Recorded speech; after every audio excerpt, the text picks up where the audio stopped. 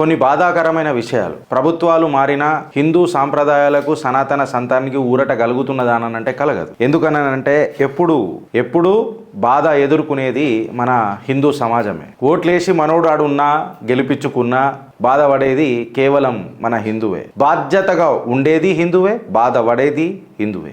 ఇవాళ ఈ మాట నేను ఎందుకు మాట్లాడుతున్నానంటే friends, Rakshapuram old city Chandrayangutta Bandlaguda అనుకుంటా కరెక్ట్గా చెప్పాలనంటే, బండ్లగూడ పరిధిలో రక్షాపురం దగ్గర భూలక్ష్మి మాతా టెంపుల్ని వ్యాండలైజ్ చేసిండ్రు కొంతమంది చిల్లర నా కొడుకులు. యాజ్ యూజువల్ ఆస్మానీ సమాజ్ ఏమనంటదనంటే, నా కొడుకు మతి స్థిమితం లేనోడు, మళ్ళీ మతి స్థిమితం లేనోడు ఎంబీఏ చేసిండు, ఎంబీఏ చేసి ఉద్యోగం చేస్తున్నాడు, తలాక్ అని పెళ్ళాం విడిచిపెట్టింది. పెళ్ళాం విడిచిపెట్టిన తర్వాత డిప్రెషన్లోకి పోయిందంట. డిప్రెషన్లోకి పోతే దేవుడి విగ్రహాలు వలగొడతారా?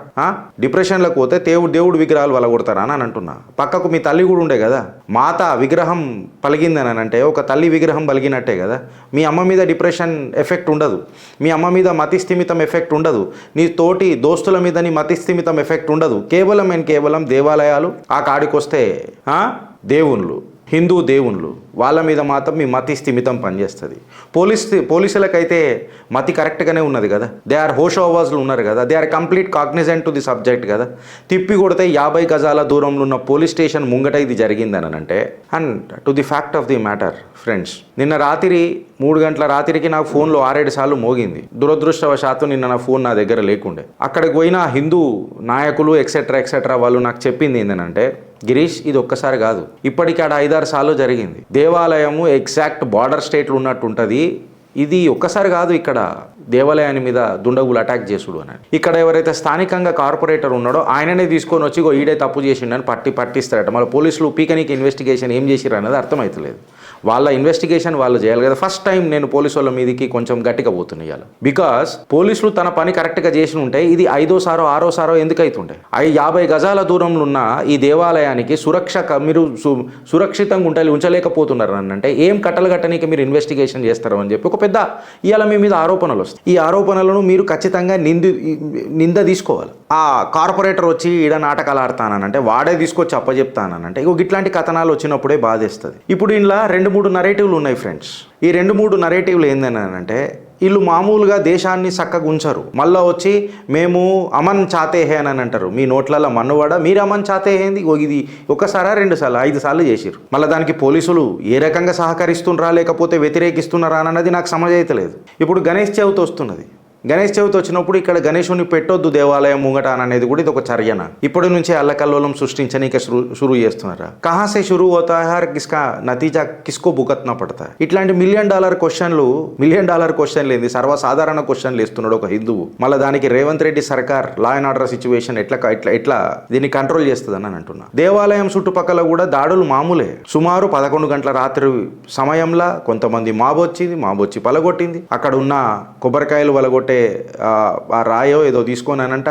అమ్మవారి ఫోటోలు కూడా నేను పెట్టిన, ఆర్గనైజర్లు వచ్చిన ఫోటోలు కూడా పెట్టిన. ఇంత ఘోరంగా చేసినప్పుడు మతి స్థిమితం అని చెప్పి వాళ్ళ అమ్మ వచ్చి ఏడ్చుకుంటూ మాట్లాడుతుంది, ముసలి కన్నీళ్లు పెడుతుంది. మళ్ళీ అదే మతి స్థిమితం వాళ్ళ ఇంట్లో మీద వాడు ఎందుకు చూపెట్టాడు అంటున్నా. Is there any sort of a cases recorded?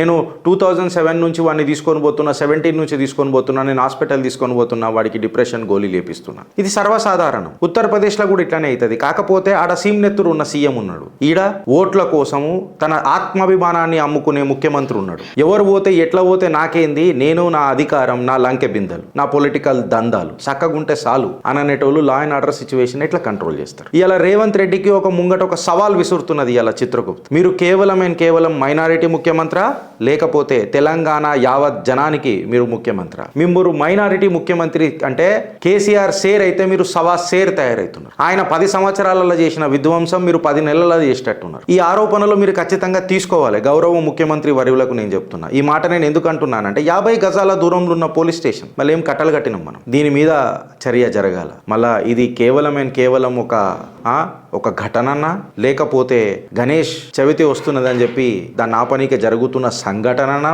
లేకపోతే మీకు ఒక న్యూస్ చెప్తా ఫ్రెండ్స్, అది చెప్పిన తర్వాత చెప్తా. మీరు నరేటివ్ డాట్స్ కనెక్ట్ చేయరు. ఎదురా అది నిన్న హైడ్రా కమిషనర్ రంగనాథ్ గారు, నేను అదే చెప్పిన రేవంత్ రెడ్డి గారికి మొన్న, సిన్సియర్ ఆఫీసర్ రంగనాథ్ గారి పైన మచ్చ తీసుకొచ్చే ప్రయత్నం మీరు చెయ్యకండి. మీరు ఏం చేసినా ఏం చేయకపోయినా అది తర్వాత విషయం, కానీ మీరు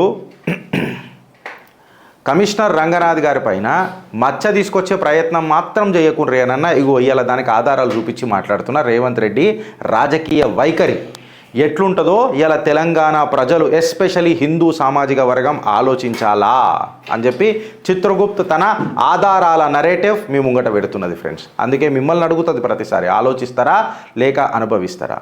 you may consider this as a చిట్టా నంబర్ 2. నిన్న మన రంగనాథ్ గారు కమిషనర్ ఆఫ్ హైడ్రా ఏమంటారంటే, హైదరాబాద్ చంద్రాయన్గుట్ట సల్కం చెరువులోని ఓఎస్సీకి చెందిన ఫాతిమా కాలేజ్పై హైడ్రా కమిషనర్ రంగనాథ్ సంచలన వ్యాఖ్యలు చేశారు. పిల్లలు చదువుతున్నారు, ఇప్పుడే కూల్చితే వాళ్ళ అకాడమిక్ ఇయర్ డిజాస్టర్ అవుతుంది. ఓఎస్సీ అయినా మల్లారెడ్డి అయినా అందరికీ ఒకటే రూల్, అక్రమ కట్టడాలు అయితే తొలగించేందుకు సమయం ఇస్తాం, వాళ్లకు వాళ్ళుగా తొలగించకపోతే చర్యలు తీసుకుంటాం అని స్పష్టం చేశారు. మళ్ళా ఇదే ముచ్చటని నేను కన్వెన్షన్కి ఎందుకు వర్తించలే అని అడుగుతున్నా, ఇదే ముచ్చట ఎంఆర్ఐటి కాలేజ్కి ఎందుకు వర్తించలే అని నేను అడుగుతున్నా. నా పిల్లల భవిష్యత్తు ఖరాబ్ చేయకుర్రి, నా మీద గోలైనా దించుర్రి కానీ కాలేజీలు జరపకుండ్రి అని అంటే, ఆ కాలేజీలలో పోయి చదివేదే పర్యావరణాన్ని ఎట్లా కాపాడుకుందాము అని సైన్సు. ఆడ కాలేజీలలో పోయి మనం పర్యావరణాన్ని ఎట్లా కాపాడుకుందాము, నేచర్ లవర్ ఎట్లా అయిదాము అని చదువుకునే తరుణంలా వీళ్ళు చెరువులు ముంచుతుంటే మళ్ళీ స్టూడెంట్ల కోసం వీళ్ళు ఏదైతే సబ్సిడీ ఇస్తున్నారు చూడు మైనారిటీకి అపీజ్మెంట్ అని, ఇగో ఈడ మీ ద్వంద్వ వైఖరి బయటపడుతున్నది. రేవంత్ రెడ్డి గారికి చెప్తున్నా, ఆడ మీ నల్లికుట్ని రాజకీయాలు అని అంటారు కదా, ఇగో బయటపడుతున్నాయి అని చెప్తున్నా. ఇవాళ మీరు మాట్లాడలేక రంగనాథ్ గారితో ఎందుకు మాట్లాడిస్తున్నారు అని చెప్తున్నా. మీకు ధైర్యం ఉండే కదా, హైడ్రా చైర్మన్ మీరే ఏం చెప్పారు కదా, మీ కనుసైగలలో నడుస్తుందని చెప్పారు కదా. మళ్ళీ నాగార్జునని పిలిచి నేను నీకు 20 రోజుల టైం ఇస్తున్నా, ముఖ్యమంత్రి స్థాయిలో నీకు చెప్తున్నా, ఇది నువ్వు తొలగించాలా తీసేయాలా అని ఏమన్నా చెప్పినామా? నోటీసులు ఇచ్చినాం, దడ్ చేసేసినాం. కాలేజ్ అకాడమిక్ ఇయర్ డిజాస్టర్ అవుతుంది అని అన్నారు. నాకు కూడా ఎమోషన్స్ ఉంటాయి, నా పెళ్ళేడ జరిగిందో అని చెప్పుకోనికే, నా పిల్లలకు చూపించుకుంటా, ఒక గీడరా నా పెళ్ళయింది అని. మళ్ళీ ఎమోషన్స్ ఉండయా? మల్లారెడ్డికి ఎమోషన్స్ ఉండయా? ఆయన పాలమ్మి పూలమ్మి కష్టపడి కాలేజీలు కట్టుకుంటే గిదా మీరు ఆయనకి ఇచ్చేది? మీ కుళ్ళు కుతంత్రాల రాజకీయాలలో మా మల్లన్నకు తిరిగి ఇచ్చేది గిదేనా? కష్టపడ్డోడికి పాలమ్మినోడికి పూలమ్మినోడికి గిదే దొరుకుతుందా? జాతివాద్ మాట్లాడే మీ రాహుల్ గాంధీని కూడా అడుగుతున్నా, ఎందుకు ఈ ఆస్మానీ సమాజ్కి మీకు ఇంత ప్రేమ? ఈ ముచ్చట నేను ఎందుకు అంటున్నానంటే, ఈడ మొదలవుతుంది ఫ్రెండ్స్ ఆట, అసలైన సిసలైన ఆట ఇగో ఈడ మొదలవుతుంది. ఏడ మొదలవుతుంది అని అంటే, ఈడ మొదలవుతుంది. డాట్స్ కనెక్ట్ చేయండి.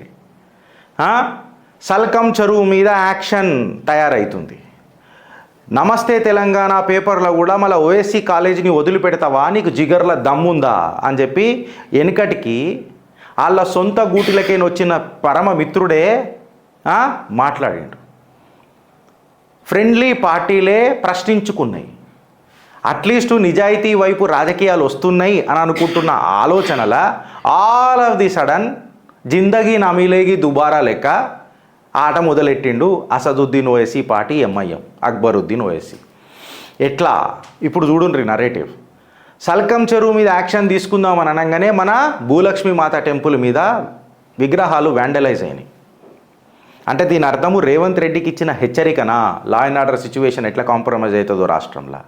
అది కాగానే రంగనాథ్ గారు కమిషనర్ గారు మళ్ళొక స్టేట్మెంట్ ఇస్తారు. ఏంటంటే విద్యార్థుల భవిష్యత్ కోసము మేము ఈ డిజాస్టర్ చెయ్యము.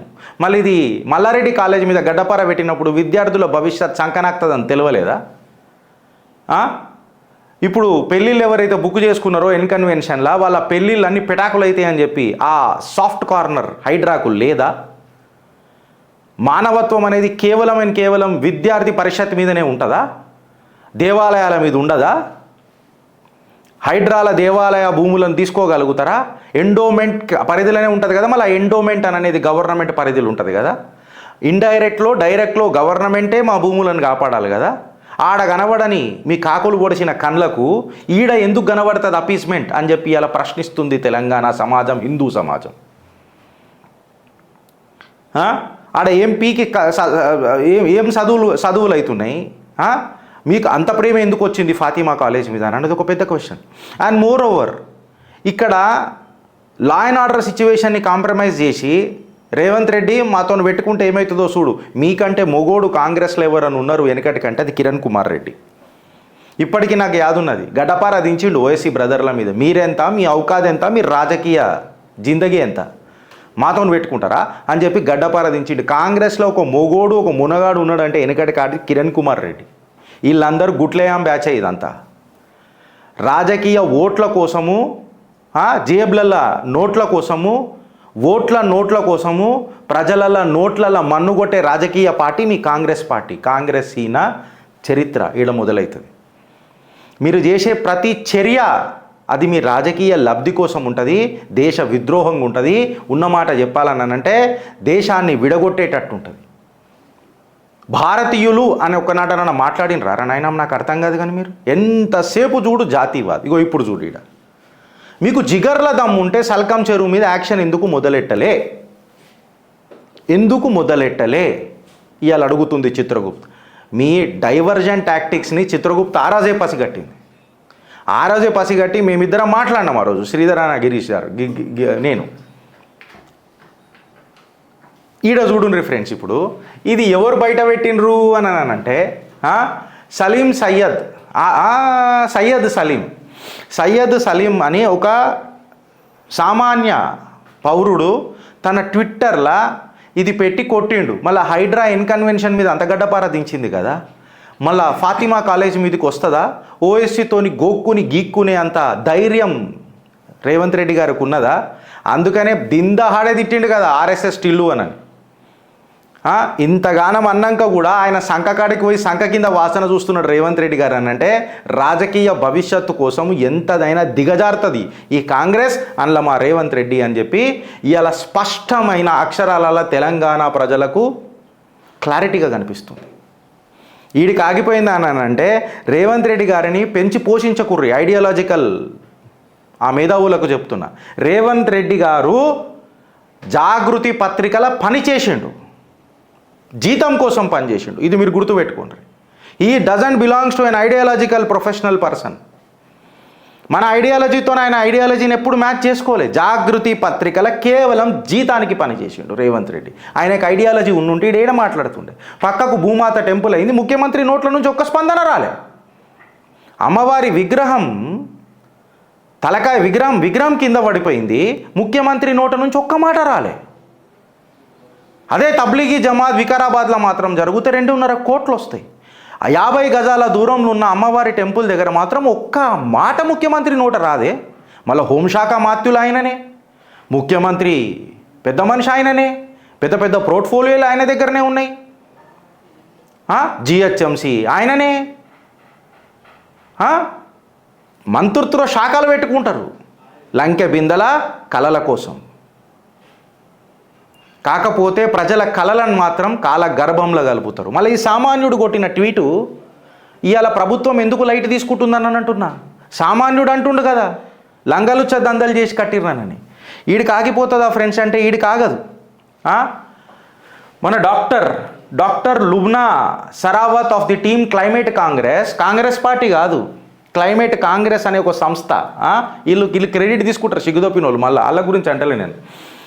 Lubna Sarawat of Team Climate Congress elect activists provided satellite images from 2014 to 2017 and 2024. ఇవే satellite images అవి. అంచెలుగా 2014లో చెరువు ఎట్లుండే, తర్వాత బిల్డింగ్ ఎట్లా కట్టిరు, అప్పుడు బిల్డింగే లేకుండే బిల్డింగ్ కట్టిరు, బిల్డింగ్ కట్టి తర్వాత ఎట్లా దీన్ని ఆక్రమించుకున్నాడు ఈ అక్బరుద్దీన్ ఓవైసీ, స్కూళ్ళు కట్టినా అని చెప్పి మాట్లాడతాడు, పిల్లల గురించి మాట్లాడతాడు. అయ్యా మళ్ళీ కట్టిన కాలేజ్ ఏంది? ప్రభుత్వ కాలేజ్ కాదు, అది ప్రైవేట్ కాలేజ్. ఆమరా చోటా ఇతనే లోగంకు పడాతా, బైగన్ పడాతా, కైకు పడాతా. గవర్నమెంట్ కాలేజ్ పెడితే పుణ్యాన్ని చదువుతారు కదా. ఈ చోటాకు వచ్చి బడా చెప్తారు, బడేమియా చోటేమియా ప్యార్ కరస్ జర చెక్నా అని కూడా పాట పాడతారు. ఓ మక్కనా అని అనుకుంటా. మేమందరం ఇక్కడ అవులగాళ్ళం, బడేమియా చోటేమియా అనగానే సపోర్ట్లు కొడతాం. పక్కకేనో ఒక సన్నాయి వాడతా, టారా నారా నారా నారా నారా నారా అనుకుంటా ఈ కాంగ్రెస్ వాడుతుంది. ఇట్లా నడుస్తుంది ఇలా రాజకీయం అంతా. ఎవడన్నా మాట్లాడంగానే ఒక గిరీష్ నువ్వు మతతత్వ మాటలు మాట్లాడుతున్నావు, మళ్ళీ ఈడేం మాట్లాడుతున్నారు అన్నయ్య, ఈడేం మాట్లాడుతున్నారు ఒక మాట చెప్పురు నాకు. ఇప్పటిదాకా మాట్లాడిన నరేటివ్లా రేవంత్ రెడ్డి భయపడ్డా లేడా? నువ్వు సల్కం చెరువు దగ్గరికి రా, నేను చూపిస్తా ఆయన ఆర్డర్ సిచ్యువేషన్ అని చెప్పి భూమాత టెంపుల్ని చూపించిండ్రు. మళ్ళీ ముఖ్యమంత్రి స్పందించాలి కదా. మీరు స్పందించకపోతే ఇట్లాంటి ఆరోపణలు మీరు ఖచ్చితంగా ఎదుర్కోవాలి ప్రజల తరఫు నుంచి. మీరు తెలంగాణ ప్రజలకు ముఖ్యమంత్రి, ఓఎస్సీ కార్యకర్తలకు కాదు, ఎంఐఎం కార్యకర్తలకు కాదు. ఇది ఫస్ట్ ఫేజ్.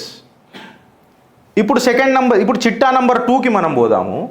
ఆమె మొత్తం పెట్టి అక్బరుద్దీన్ ఓవైసీ ఏదైతే డాక్టర్ లుబినా సరావత్ చిట్టా నంబర్ 2లా శాటిలైట్ ఇమేజెస్ ప్రొవైడ్ చేసి 2014 నుంచి 2024 వరకు శాటిలైట్ ఇమేజెస్ పెట్టిందంటే వాళ్ళు ఎంత, దే వేర్ ది క్రూసేడర్స్, వాళ్ళు క్రూసేడ్ చేసిర్రీడ దీని మీద పోరాటం అని అనేది ఇప్పుడు మీకు అర్థమవుతుంది. వీడికి ఆగిపోయిందా అని అంటే, activist claim that this construction infringe the core lake area and the full tank level. However Akbaruddin Owaisi have refuted this allegations asserting that this land is legally acquired and it is not subjected to any sort of an encroachment అని మాట్లాడతాడు. ఇది legally acquire చేసిరట. కాసే legally acquire కరే, కాసే legally acquire కరే. పులుసు గారిపోయింది కాకది. పులుసు నా మీద bullet తీసుకుంటావు, బుల్లెట్ తీసుకుంటావు, బుల్లెట్ ఎందుకు తీసుకుంటావు? బుల్లెట్ పుణ్యానికి వచ్చిన నిన్ను కొట్టనికి. బుల్లెట్ ఖరాబ్ అవుతుంది తుక్కుబట్టి నీ పెయిలకు పోతే. మొన్నటిదాకానేమో లీగలీ అక్వైర్ చేసినానన్నాడు, ఇప్పుడు ఏమంటున్నాడు?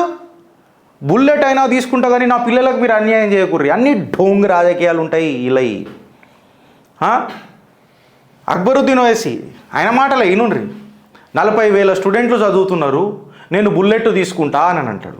రంగనాథ్ కమిషనర్ గారేమో జర్ర స్టూడెంట్ల కోసం మేము ఆగుతున్నాము అని చెప్పి ఆయన స్టేట్మెంట్ ఇస్తాడు. మన పొన్నం ప్రభాకర్ అయితే టేబుల్ మీద కొట్టి చెప్తాడు, మీరు అన్నీ ఎక్కడెక్కడ ఎంక్రోచ్మెంట్లు అయినాయో చెప్పుర్రు, మేము జర రిజిస్టర్ రాసుకుంటాం, మా ఫ్యూచర్ ఇన్వెస్ట్మెంట్లు మేము డిసైడ్ చేసుకుంటాం.